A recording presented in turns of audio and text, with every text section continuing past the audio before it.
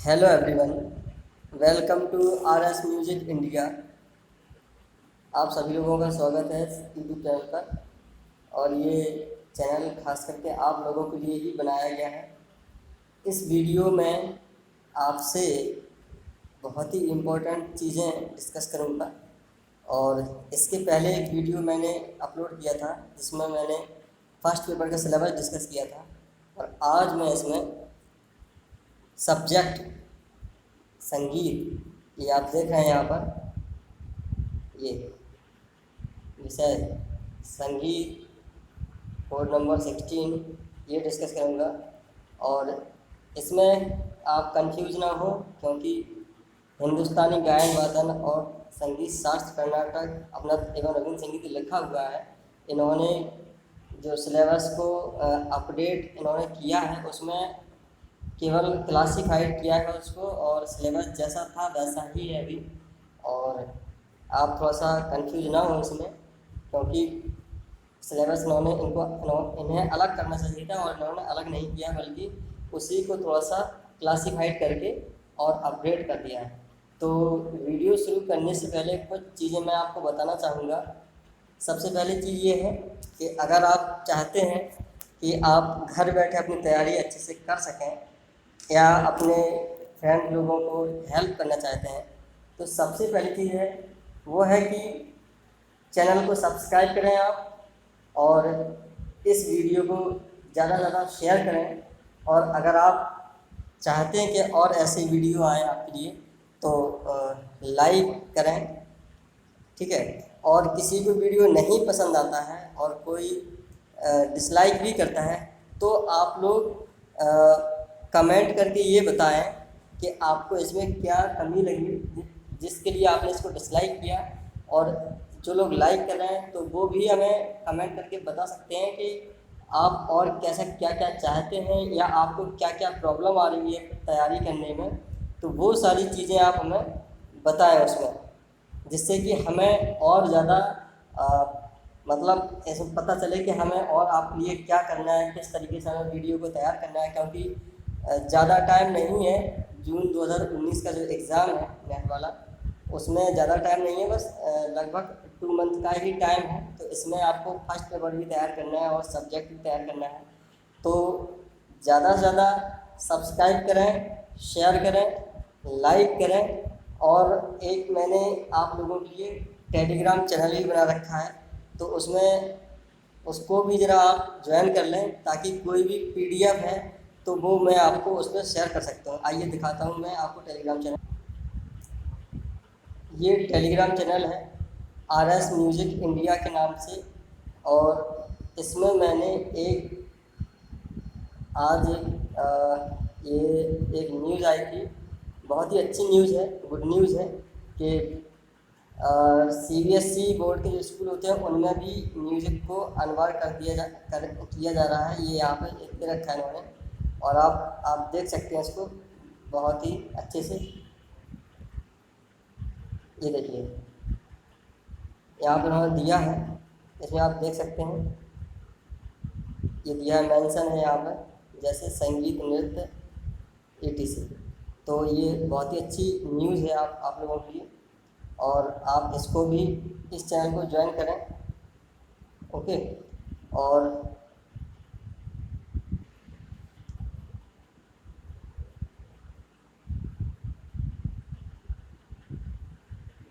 ये है चैनल, और ये ग्रुप है, इसको भी आप ज्वाइन कर सकते हैं।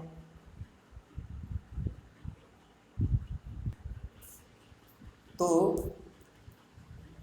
बहुत ही जल्द लाइव यूट्यूब क्लास भी स्टार्ट करने जा रहा हूँ, तो आप इसमें ज्वाइन कर सकते हैं। टेलीग्राम, जैसा कि मैंने अभी आपको बताया है, टेलीग्राम चैनल ज्वाइन करें। और लाइव यूट्यूब क्लास आपके लिए स्टार्ट होगी बहुत ही जल्दी, कुछ ही दिनों में स्टार्ट हो जाएगी।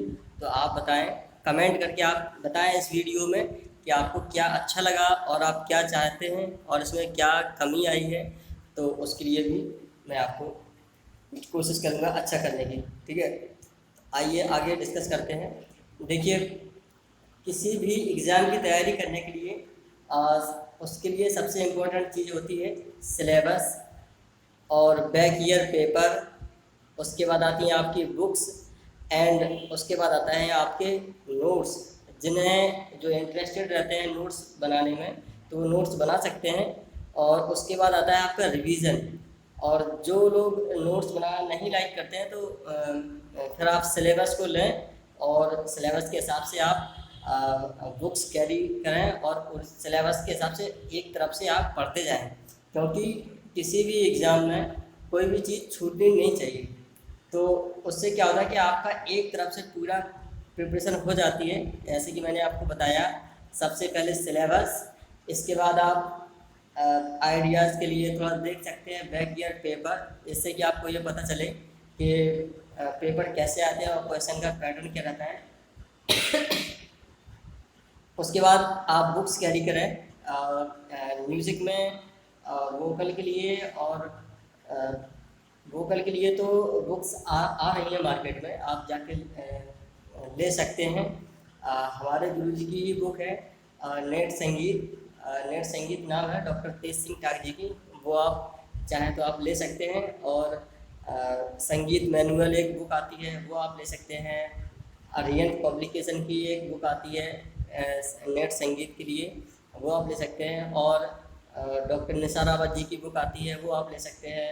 और गुंजन सक्सेना जी की बुक आती है वो आप ले सकते हैं। जो भी आपको ठीक लगे वो बुक आप ले सकते हैं। यहाँ पे मैं आपसे डिस्कस कर रहा हूँ कि सिलेबस में उन्होंने क्या किया है। तो यहाँ पे आप देख रहे हैं, यहाँ पे लिखा है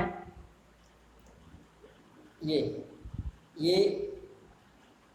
ये जो लिखा है इकाई 1, 2, 3, 4 संगीत के सभी विधाओं के लिए, ठीक है। इसके बाद 5 से 10 इकाई, 5 से 10 मतलब कि 6 इकाई जो है सबके सब्जेक्ट में रहेंगी। गायन में 6 इकाई होंगी, गायन वालों की अलग से होंगी, कर्नाटक वालों की अलग से होंगी वो, और रविंद्र संगीत की अलग से होंगी, और अवनतवाद की अलग से होंगी। इस वीडियो में मैं कोशिश करूँगा जितना कवर हो पाएगा, नहीं तो इसका नेक्स्ट अगर इसमें नहीं हो पाएगा तो मैं इसका दूसरा पार्ट भी बना सकता हूँ, और ताकि सारी चीज़ें कवर उसमें हो सकें। आइए,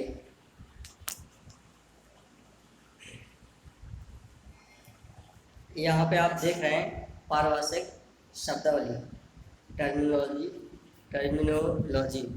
सबसे पहले दिया है संगीत नाद, यहाँ पे दिया है संगीत नाद, आहत नाद एवं अनाहत नाद, श्रुति एवं इसकी 5 जातियाँ, सप्तवैदिक स्वर, गांधार में प्रयुक्त सप्त स्वर, शुद्ध एवं विकृत स्वर, वादी, संवादी, अनुवादी, विवादी, सप्तक, आरोह, अवरोह, पकड़, विशेष संचार, पूर्वांग, उत्तरांग, औढ़व, सढ़व, संपूर्ण, वर्ण, अलंकार, आलाप, तान, गमक, अल्पत्व, बहुत्व, ग्रह, अंश, न्यास, अपन्यास, अविर्भाव, त्रिभाव, गीत, गांधर्व, गान, मार्ग, देसी संगीत, कुतप, वृंद, वाग्गेयकार, मेल, ठाट, राग, उपांग, भाषांग, मील, खटका, मुट्ठी, सूत, गत, जोड़, झाला, घसीट, बाज, हारमोनी और मेलोडी, ताल, लय एवं विभिन्न लयकारियाँ। हिंदुस्तानी संगीत में प्रचलित तालय सप्त ताल एवं 35 ताल, ताल के 10 प्राण, और यति, ठेका, मात्रा, विभाग, खाली, ताली, खाली, कायदा, पेशकार, उठान, गत, परम, रेला, तिहाई, चक्रदार, लगी लड़ी, मार्ग, देसी तथा आवर्तन, सम, विषम, अतीत, अनागत, 10 विधि गमक, पंचदश गमक, कट, व्याधि, संज्ञा, योजना, 12 चक्रों के नाम, 12 स्वस्थान, निर्बल, संगति, मुद्रा, षडांग, आलापना, तानम, काकू, आकार मात्रिक स्वरलिपियाँ। तो इसमें सबसे पहले थोड़ा सा इसको बड़ा करता हूँ। जैसा कि आपको पता ही होगा, संगीत में सबसे पहले लिखा है इसमें संगीत में संगीत की जो क्या कहाँ से उत्पत्ति, कुछ लोग कहते हैं कि देवी देवताओं से मानी गई है, और कुछ लोग कहते हैं कि प्रकृति के द्वारा मानी गई है। तो जो भी डेफिनेशन आपने पढ़ी हुई है, अलग अलग बुक्स में अलग अलग डेफिनेशन होती है। तो उसको आप पढ़ें, और अगर आपको कन्फ्यूजन है तो उसी चीज़ को आप 2 या 3 बुकों से पढ़ें, तो आपको जो अगर एक ही चीज़ कई सारी बुक में मिलती है तो इसका मतलब ये है कि वो बात वो जो बुक उसमें कहा जा रहा है वो चीज़ सही है, और कन्फ्यूजन आपका दूर हो जाएगा, और ज़्यादा कन्फ्यूज होने की ज़रूरत भी नहीं है। इसमें दिया है आहत एवं अनाहत। आहत का मतलब हम आघात करते हैं, मतलब किसी भी चीज़ पे प्रहार करते हैं तो उसको आहत नाद बोलते हैं, और अनाहत का मतलब जो अपने आप ही उत्पन्न होता है। तो संगीत में जो प्रयोग होती है वो होती है आहत नाद, क्योंकि बिना आघात के आपका तबला नहीं बज सकता, बिना आघात के आपका सितार नहीं आवाज़ करेगा, वायलिन नहीं बजेगा, गिटार नहीं बजेगा। तो जो भी म्यूज़िक में जो यहाँ तक कि हमारे गले से आवाज़ निकलती है तो वो वायु का घर्षण होता है, हवा से वो घर्षण होता है, उसके बाद हमारी आवाज़ बाहर निकलती है। तो आहत नाद हो गया, राहत नाद। श्रुति, श्रुति क्या होती है? श्रुति एवं इनकी 5 जातियाँ हैं, वो मैं आपको बताता हूँ। देखिए, श्रुति शब्द आपको थोड़ा सा बता देता हूँ ताकि आपको थोड़ा थोड़ा क्लियर हो। श्रुति शब्द वेद जो लिया गया है वो लिया है वेद से, क्योंकि श्रुति कहते हैं वेद को, और श्रुति शब्द का भी मतलब होता है कि सुनना, और वेद को भी हम लोग सुनते ही हैं। आप लोगों को पता ही होगा कि 22 श्रुतियाँ हमारी संगीत में मानी गई हैं, और उनमें स्वरों का डिवाइडेशन किया गया है। सामापा के लिए 4-4 श्रुतियाँ हैं, गाने के लिए 2-2 है, रेदा के लिए 3-3 है।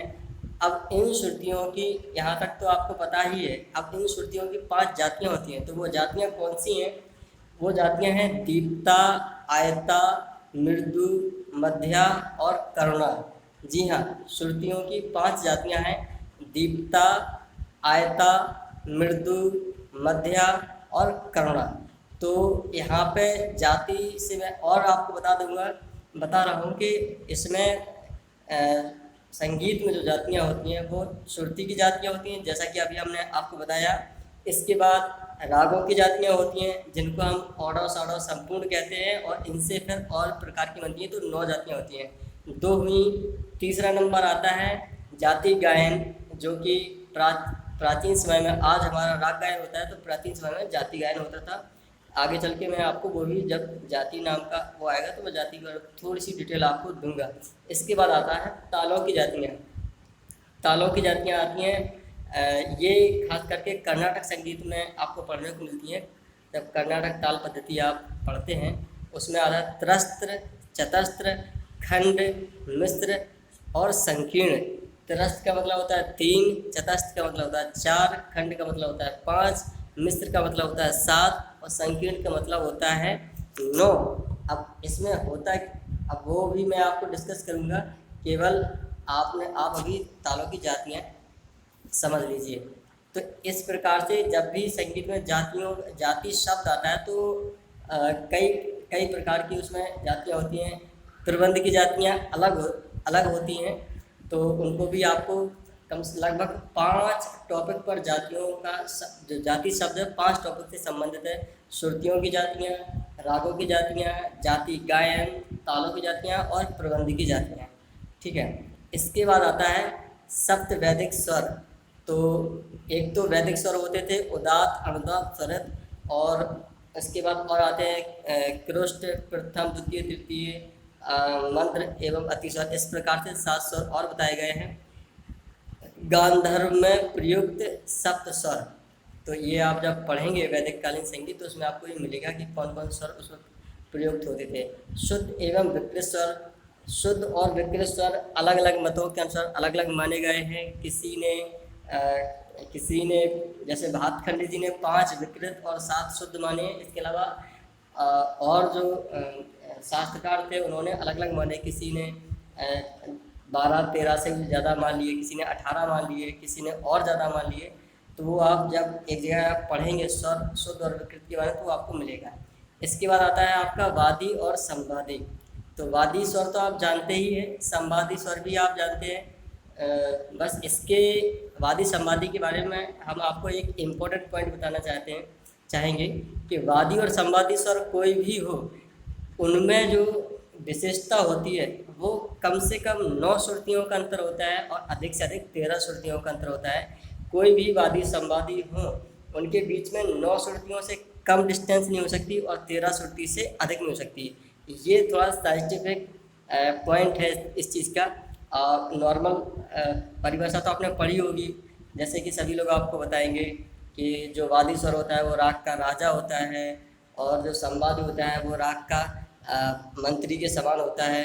तो ये तो आपको सभी लोग बता ही देंगे, लेकिन जो हम आपको बताने जा रहे हैं इम्पोर्टेंट पॉइंट वो है वादी और संवादी में कम से कम 9 श्रुतियों का अंतर और अधिक से अधिक 13 श्रुतियों का अंतर। ठीक है।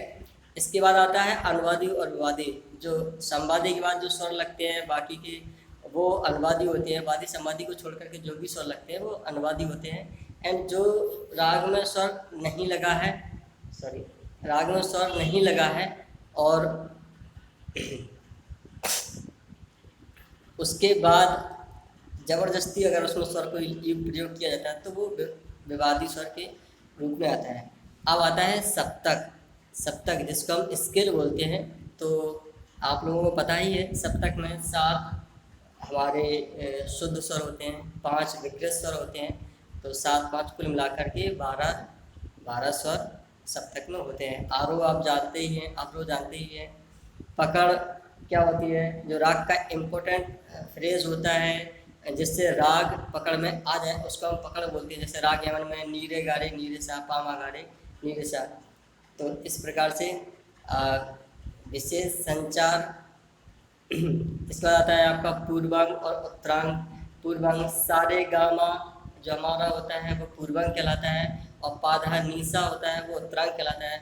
औरव साड़व संपूर्ण इसमें दिया है, अभी मैं हमने आपको पहले बताया जब रागों की जातियाँ हैं ये।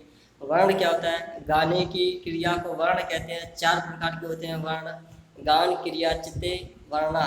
तो इस आरोही वर्ण, अवरोही वर्ण, स्थायी वर्ण और संचारी वर्ण। जब कोई बंदिश आरोहात्मक जाती है तो वो आरोही वर्ण कहलाता है, या कोई बंदिश उतर के आ रही है ऊपर से तो उसको अवरोही वर्ण कहलाते हैं। और जब किसी स्वर पर एक ही स्वर पर ठहर करके कोई शब्द रहता है काफ़ी देर तक, 2 4 5 7 मात्राएँ इतनी अगर अधिक मात्रा हो तो एक ही स्वर पर रुक करके गाते हैं तो वो स्थायी होता है। और जिन शब्दों में तीनों का मिश्रण हो वो आपका होता है संचारी वर्ण।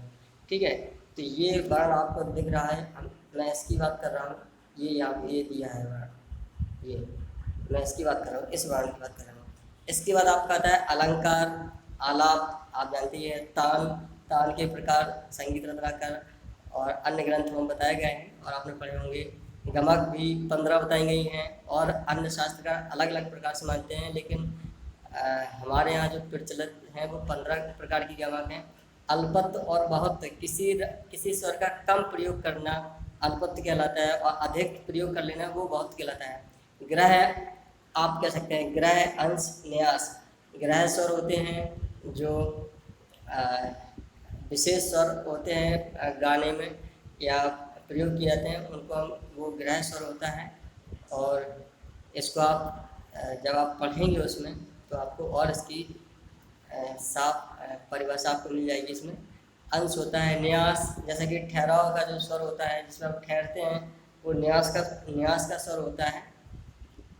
अपन्यास, आविर्भाव और त्रुभाव आप जानते ही हैं। जब किसी राग को गाते समय कि दूसरे राग का छाया दिखाते हैं और पुनः अपने राग में वापस आते हैं तो इनको आविर्भाव त्रुभाव बोलते हैं। गीत आप समझ रहे हैं, कोई रचना है, स्वरबद्ध है, लयबद्ध है, उसको गीत कहते हैं। गांधर्व एवं गान और मार्ग संगीत, गांधर्व एवं गान, मार्ग संगीत एवं देसी संगीत। ये यहाँ पे मैं आपको थोड़ा सा क्लियर कर दूँ क्या है ये चीज़। यहाँ से देखिए, ये यहाँ पे लिखा है गांधर्व एवं गान, मार्ग संगीत एवं देसी संगीत। तो जो गांधर्व था, गांधर्व को ही मार्ग संगीत कहते हैं, और जो गान था वो हमारा देसी संगीत है। इसका मतलब ये हुआ कि जो गांधर्व था वो ईश्वर की आराधना, भक्ति, पूजा पाठ से संबंधित था। और गान प्राचीन समय में, जैसे आजकल हमारा इंटरटेनमेंट के लिए, मनोरंजन के लिए संगीत जो हम सुनते हैं, आ, वो हमारा देसी संगीत कहलाता है। ऐसे प्राचीन समय में वो गान कहलाता था। तो जो गांधर्व था वो आज के समय में उसको हम मार्ग संगीत के नाम से जानते हैं, और जो गान था वो हमारा देसी संगीत के नाम से जाना जाता है। इसमें दिया है कुतुब, वृंद। वृंद तो ये वाद्य यंत्रों से संबंधित है। कुतुब ये तबला, तबला से अवनत वाद्य से संबंधित है। ठीक है, कुतुब किसे कहते हैं, आप संगीत मैनुअल में पढ़ेंगे तो आपको ये मिलेगा। वाग्गेयकार, यहाँ पे आता है नंबर वाग्गेयकार। तो वाग्गेयकार का मैं क्लियर कर दूँ। वाग्गेयकार का मतलब ये होता है कि एक ही व्यक्ति कविता को लिखे, मतलब गीत को लिखे, उसकी धुन बनाए और उसको खुद ही गाए, तो उसको हम वाग्गेयकार कहते हैं। जैसे कि किसी कलाकार ने अपनी रचना, कोई भी गीत लिखा, खुद से धुन बनाई और खुद से उसको गाया, इसको हम वाग्गेयकार कहते हैं। मेल, मेल जो कि हमारे वर्तमान समय में थाट है, इसी प्रकार से पहले मेल होते थे, और आज वर्तमान समय में हम उसको थाट के नाम से जानते हैं। थाट शब्द कहाँ से आया? थाट शब्द आया है आपके सितार से। सितार में जो पर्दे होते हैं बांधना, उसमें ठाट या थाट बोलते हैं। थाट एक ढांचा होता है जो कि उत्तर भारतीय शास्त्रीय संगीत में अभी तो प्रचार में 10 है, लेकिन थाट जो वेंकट मक्खी जी ने माने हैं, मैंने प्रमोशनल वीडियो में इस पर एक वीडियो पड़ा हुआ है वो थाट के लिए, तो आप देख सकते हैं उस वीडियो को। थाट कर्नाटक संगीत पद्धति में 72 है प्रचार में, और हिंदुस्तानी संगीत में जो 10 थाट लिए गए हैं वो 32 थाट थे, उनमें से 10 थाटों को चयन किया है भातखंडे जी ने। ठीक है, तो थाट का मतलब ये होता है कि ढांचा एक होता है, एक तरीके से आप स्ट्रक्चर बोलते हैं किसी भी चीज़ का, जो जिससे रागों की उत्पत्ति होती है। इसके बाद आता है राग। राग का मतलब होता है कि एक परिभाषा आती है, रंजते इति रागा, जो जन मन का रंजन करे उसको हम राग कहते हैं। जैसे कोई भी स्वर संगति है, उससे आपको एक स्वर संगति सुन के ही बड़ा अच्छा सा अच्छा फील हो। जैसे ग म ध नि पा, अब ये स्वर संगति है, ये है सहाना, राग सहाना की, ग म ध नि पा। ये छोटा सा हमने टुकड़ा आपको सुनाया, ये इससे सुन के थोड़ा सा अच्छा सा फील हो। स्वर वही साथ है लेकिन फिर भी अनेकों प्रकार की उनमें धुन है। तो ये हुआ हमारा राग का थोड़ा सा एग्जाम्पल। अब आता है उपांग और भाषांग। उपांग का मतलब होता है कि उपअंग, किसी भी चीज़ का उप अंग लगना है। ठीक है, तो आप उसको जब स्टडी ध्यान से करेंगे उसमें, तो आपको सारी चीज़ समझ में आ जाएगी। और जो चीज़ ना आपको समझ में आए वो आप हमसे पूछ सकते हैं कमेंट करके वीडियो में। तो इसका आता है भाषांग। फिर आता है नीड़, आपका स्वर से स्वर पर जाना बिना किसी रुकावट के, कि एक स्वर से दूसरे स्वर पर बिना किसी गैप किए हुए जाते हैं, तो उसको मील कहते हैं। इसके बाद खटका, मुर्की। मुर्की छोटी सी तान होती है जिसको झटके में लिया जाता है, उसको मुर्की कहते हैं। सूत, गत, जोड़, झाला, ये सितार से संबंधित है। घसीट, बाज। बाज मतलब होता है वाद्य यंत्र से, किसी भी, जैसे उदाहरण के लिए ले लें कि दिल्ली घराने का तबला वादन होता है, उसको किनारे का बाज बोलते हैं। किनारे का आवाज़ इसलिए बोलते हैं क्योंकि वहाँ 2 उंगलियों का प्रयोग अधिक होता है, 2 उंगलियों से ही चाटी को ज़्यादा बजाते हैं, इसलिए उसको किनारे का आवाज़ बोलते हैं। हारमोनी और मेलोडी। हारमोनी का मतलब होता है एक बार में एक से अधिक स्वरों का प्रयोग होना, और मेलोडी का अर्थ होता है एक बार में केवल एक ही स्वर का प्रयोग होना। हमारा जो पाश्चात्य संगीत में जो प्रधानता रहती है वो रहती है हारमोनी की, क्योंकि वहाँ पे कॉर्ड वगैरह आप जानते ही हैं, कॉर्ड वगैरह प्रयोग किए जाते हैं। और हमारे यहाँ उत्तर भारतीय शास्त्रीय संगीत में ये हमारा मेलोडी प्रधान है, जिसमें मेलोडी के एक के बाद एक स्वर को हम गाते हैं, तो इसलिए इसको मेलोडी प्रधान बोलते हैं। ठीक है, ये वीडियो लंबा हो रहा है और मुझे लगता है इसमें इकाई ये आपकी पारिभाषिक शब्दावली के ऊपर ही डिस्कशन हो पाएगा। चलिए देखते हैं कितना होता है। तो ये मेलोडी हुआ। एक उदाहरण मैं आपको और दे दूँ, जैसे कि रेलवे स्टेशन पे बहुत सारी आवाज़ें आती हैं, समोसे वाले की, चाय वाले की, बहुत सारी आवाज़ें आती हैं, लेकिन हमको वो ख़राब नहीं लगती क्योंकि वो मिक्स रहती हैं आवाज़ें। और वहीं कहीं इस प्लेटफॉर्म पे आने वाली गाड़ी जब स्टेशन के प्लेटफॉर्म के बहुत पहले से ही हॉर्न मारती है तो वो एक आवाज़ हमको सुनाई देती है, सिंगल वॉइस सुनाई देती है, वो उसको हम मान सकते हैं मेलोडी। और जो बहुत सारी आवाज़ें सुनाई दे रही है वो हमारी हुई हारमोनी। यही इसी के आधार पे आप समझ सकते हैं कि संगीत में जो कॉर्ड होते हैं वो होते हैं हारमोनियम प्रयोग होते हैं, और जो एक स्वर के बाद एक स्वर प्रयोग किया था वो हमारे उत्तर भारतीय शास्त्रीय संगीत में प्रयोग होता है, जो कि एक के बाद एक स्वर होता है, इसलिए इसको मेलोडी प्रधान कहा जाता है। अब आता है ताल। ताल आप लोग जानते ही हैं, बोलों के निश्चित मात्राओं में फिक्स करके बोलों को, और एक जो रचना तैयार होती है उसको ताल कहा जाता है, जिसमें ताली और खाली का होता है। किसी भी चीज़ को मापने का काम करती है, जो ताल होती है वो किसी भी चीज़ को मापने का काम करती है संगीत में। इसके बाद आती है लय। आपने सुना होगा समय की समान गति ही लय है, जो एकदम जैसे कि घड़ी की सेकंड वाली सुई टिक टिक टिक टिक इस तरीके से करती है तो एक लय बन जाती है, तो इसको लय बोलते हैं। एवं विभिन्न लयकारियाँ होती हैं, लयकारियाँ जैसे दुगुन तिगुन चौगुन, आड़ गुआड़ बेआड़ एक्स्ट्रा। हिंदुस्तानी संगीत में प्रचलित ताल है। हिंदुस्तानी संगीत में प्रचलित ताल है, अभी मुश्किल से मिलेगी आपको 70-80 तो आपको देखने को मिल ही जाएंगी, लेकिन जो टोटल जो तालें थी हिंदुस्तानी शास्त्रीय संगीत में वो थी 120, जिनको हम देसी तालें भी मानते हैं। देसी तालें मानते हैं, जी हाँ, देसी तालें मानते हैं। और एक ताल उसमें सबसे अधिक मात्रा की थी, जिसकी मात्राएं 100 से भी ऊपर थी, ठीक है, 100 से ऊपर थी मात्राएं। हम आपको बता देते हैं, वो ताल होती थी 128 मात्रा की। अब आप हमें कमेंट करके ये बताइए कि उस ताल का नाम क्या है। जी हाँ, 120 देसी तालों में एक ताल ऐसी थी जो कि 128 मात्रा की होती थी। उस ताल का नाम आप हमें कमेंट करके बताइए। स्पेशली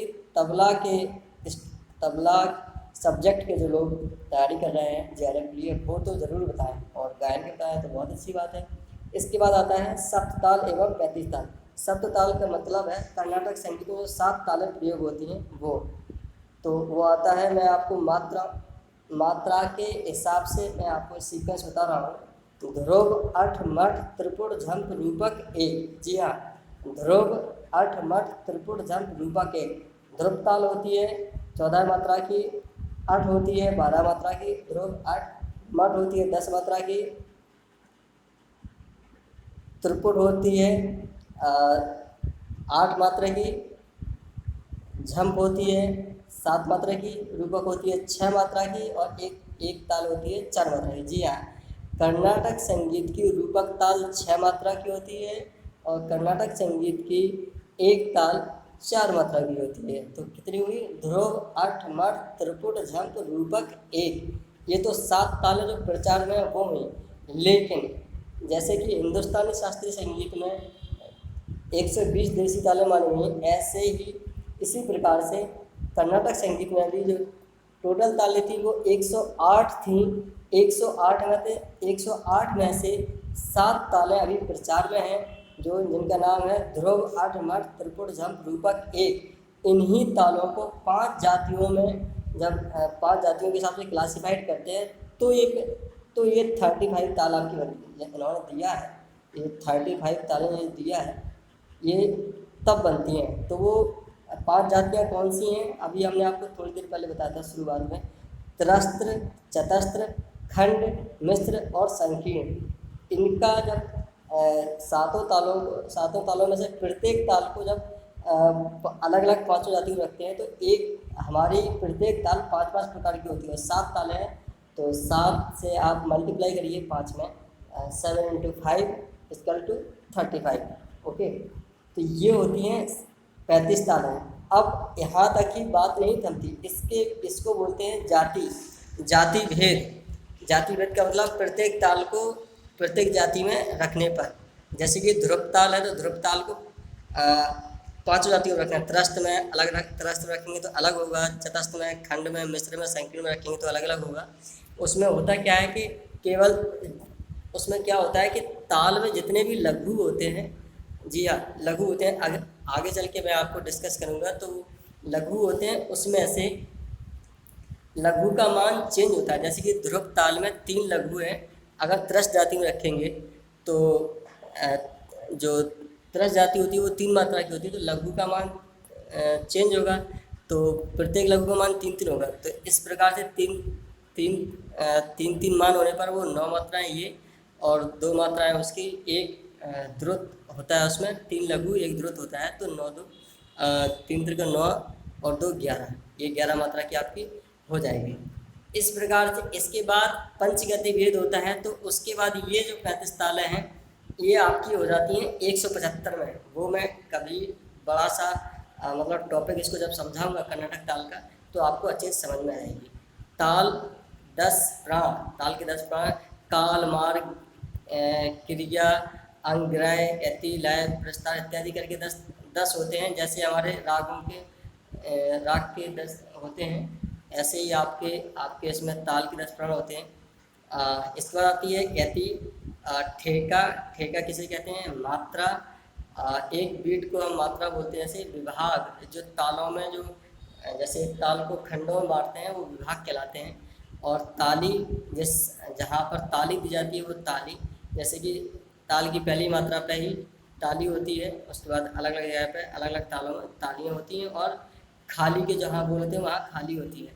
कायदा, पेशकार, पेश करना, उठान, गत, परन, रेला, तिहाई आप लोग जानते हैं, चक्रदार, ये सारी की चीज़ें तबला से संबंधित हैं, तो आप लोग उनको पढ़ सकते हैं, खास करके तबला के स्टूडेंट। लग्गी लड़ी, इनका प्रयोग ठुमरी में किया जाता है। और मार्ग एवं देसी ताल, तो मार्ग और देसी ताल, मार्ग ताल हमारी मानी गई हैं कितनी, 5, वो 5 तालें मानी गई हैं। और देसी ताल अभी हमने आपको बताया 120 मानी गई है। तो 5 तालें हैं आपकी उद्घट, चचपुट, चाचपुट, षटपदा पुत्रक, सामवेष्टक और उद्घट, ये 5 आपकी मार्ग तालें मानी गई हैं। जी हाँ, चचपुट, चाचपुट, षटपदा पुत्रक, सामवेष्टक और उद्घट, ये 5 मार्गी तालें और 120 देसी तालें बनी है। आवर्तन आप जानते ही हैं, किसी भी बिंदु से चलकर एक चक्कर लगाकर उसी बिंदु पर हम आते हैं तो उसको आवर्तन कहते हैं। जैसे एग्जाम्पल के लिए हम आपको बताएं, घड़ी की जो मिनट वाली सुई हो या सेकंड वाली सुई हो, अगर वो 12 से चल के और एक राउंड पूरा मार के फिर 12 पे आए तो एक चक्कर लगाने को आवर्तन बोलते हैं। और इसमें जो लगा समय है वो हमारा होता है आवर्तकाल। आप इसमें आवर्तकाल भी पढ़ेंगे। इसके बाद सम आता है, पता ही है आपको, ताल की पहली मात्रा पर ही सम होती है, जहाँ से ताल हमारी शुरू होती है। इसके बाद विषम होती है, जहाँ सम ना हो और खाली भी ना हो, एक जो जगह होती है उसको विषम बोलते हैं। अतीत, अनागत, 10 विधि, गमक, पंचदश गमक, 15 गमक क्या होती हैं, कटपयादि संज्ञा है। योजना बोला इन्होंने, कटपयादि संज्ञा होता है। कटपयादि, एक कटपयादि संज्ञा का प्रयोग होता है। कर्नाटक संगीत के जो 72 थाट होते हैं उनमें उनके जो नाम है, उनके नाम के आगे कुछ नाम उन विद्वानों ने अलग से जोड़े हैं और एक कटपयादि संज्ञा बनाई है। तो उसके थाट के नाम से उस थाट का जो नाम है उससे ये पता चलता है कि ये थाट किस क्रम संख्या का है, वो हमारी कटपयादि संज्ञा से होगा। आगे मैं आपको इसमें डिस्कस करूंगा और बताऊंगा कि कटपयादि संज्ञा होती क्या है। पहले तो आप लोग पढ़िए और ना समझ में आए तो आप लोग हमें बताइए कमेंट करके कि ये टॉपिक पढ़ना है। इसके बाद 12 चक्रों के नाम, 12 स्वास्थानीय। देखिए स्वास्थानीय तो वैसे 4 ही, स्वास्थानीय जो होता है उसमें 4 ही होते हैं, ठीक है। 4 पार्टों में डिवाइड होता है स्वास्थानीय। स्वर स्थानीय बोलते हैं कि किसी भी राग का जैसे आलाप करने का एक तरीका होता है कि आपने कोई भी राग गाया तो आप एक गाते ही आप तार साथ पे जा कर के आप आलाप नहीं करेंगे। पहले सा से रे गा तक जाएंगे, फिर गा मा पा तक जाएंगे, फिर इसके बाद फिर पा धा तक जाएंगे, और उसके बाद नी और सा तक। चार कम से कम, ये कम से कम बता रहा है, बड़े बड़े जो गायक लोग होते हैं, अच्छे गाने वाले लोग होते हैं, वो तो कम से कम आधा आधा घंटा आलापचारी करते हैं, इसी पैटर्न पे करते रहते हैं। वो एक स्वरों को घुमा घुमा के गाते रहते हैं, आलापचारी करते हैं। चाहे जितनी जल्दी आलाप करें, लेकिन कम से कम चौथी बार से पहले आप ताप पे नहीं जा सकते हैं। ये नियम होता है, इसको बोलते हैं स्वास्थ्य नियम। नेरावल, संगति, मुद्रा, षडांग, आलापना, तानम, काकू। आवाज़ को पहचानने की जो गुण होते हैं, जिन चीज़ों की वजह से हम आवाज़ को पहचानते हैं, इसको काकू बोलते हैं। संगीत में 6 प्रकार के काकू बताए गए हैं। और काकू मतलब जैसे कि हर एक व्यक्ति की आवाज़ अलग अलग होती है, इसी प्रकार से तबला की आवाज़ अलग होती है, पखावज की आवाज़ अलग होती है। ये होती क्यों है? इसमें उपयोग की हुई सामग्री, उसका आकार, इन चीज़ों की वजह से साउंड में परिवर्तन आ जाता है। ठीक है, तो ये काकू की श्रेणी में आते हैं। और ये आकार मात्रक स्वर लिपियाँ, ये आपका हो गया ये हो गया आपका रविंद्र संगीत में। तो इस वीडियो में ये काफ़ी लंबा वीडियो हो गया है और इसको यहीं ब्रेक करना पड़ेगा। आज आपकी पारिभाषिक शब्दावली हमने कंप्लीट की। इसके बाद लोक संगीत, और ये अब इतना ज़्यादा नहीं है, अब जल्दी हो जाएगा। शायद ये पार्ट 1 होगा, और इसके बाद जो दूसरा पार्ट आएगा उसमें आपका जल्दी कवर हो जाएगा।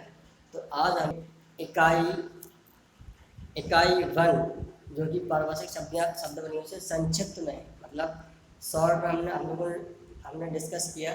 और आगे भी आपका जैसा हमें फीडबैक मिलेगा तो मैं उसमें डिस्कस करूँगा। और बस आप लोग जुड़े रहिए RS म्यूज़िक इंडिया चैनल पर, और इस चैनल को सब्सक्राइब करें और वीडियो को शेयर करें, और आप पसंद आ रहा है तो लाइक भी करें। और आपके लाइक करने से हमें थोड़ा सा मोटिवेट फील करते हैं हम, और वीडियो बनाने के लिए हमारा मन करता है, और आपको घर बैठे हेल्प कर सकें। और टेलीग्राम चैनल के बारे में मैंने आपको बताया कि टेलीग्राम चैनल को आप ज्वाइन करिए, और live YouTube class very soon. और क्योंकि सिलेबस सबसे इम्पोर्टेंट है, और आप टेलीग्राम चैनल को ज्वाइन करेंगे तो ये सिलेबस का PDF हम आपको उसमें सेंड कर देंगे। और आपने इतना टाइम दिया देखने के लिए, वीडियो देखने के लिए, थैंक यू वेरी मच, और God bless you, all the best.